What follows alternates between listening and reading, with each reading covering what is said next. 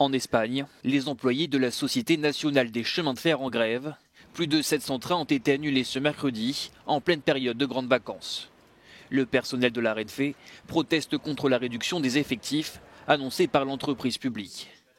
Dans la gare d'Atocha à Madrid, les voyageurs se pressent sur les quais à la recherche de leur train. Beaucoup ne savent toujours pas si leur trajet est maintenu ou non. C'est vraiment difficile de savoir si son train est touché par la grève. J'ai reçu un email hier soir pour me dire que j'ai été déplacée sur un autre train. Mais finalement, j'avais déjà loué une voiture et je vais y perdre de l'argent. Le mouvement de grève devrait se poursuivre jusqu'au 1er septembre, avec 2 autres préavis déposés pour les 14 et 30 août.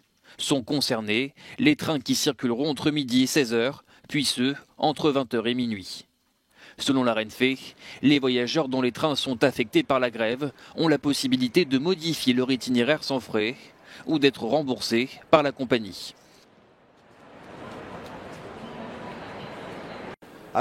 Certains passagers sont arrivés à la gare d'Atocha quelques heures avant le départ prévu pour savoir si les trains ont été annulés ou retardés. D'autres ont pris connaissance du mouvement de grève à leur arrivée à la gare. Ce qui est certain, c'est que les personnes les plus touchées sont les usagers du Cercanías, le réseau de trains qui relie le centre des grandes villes à la périphérie. À Barcelone, par exemple, seulement 40% du service est maintenu pendant les périodes de grève.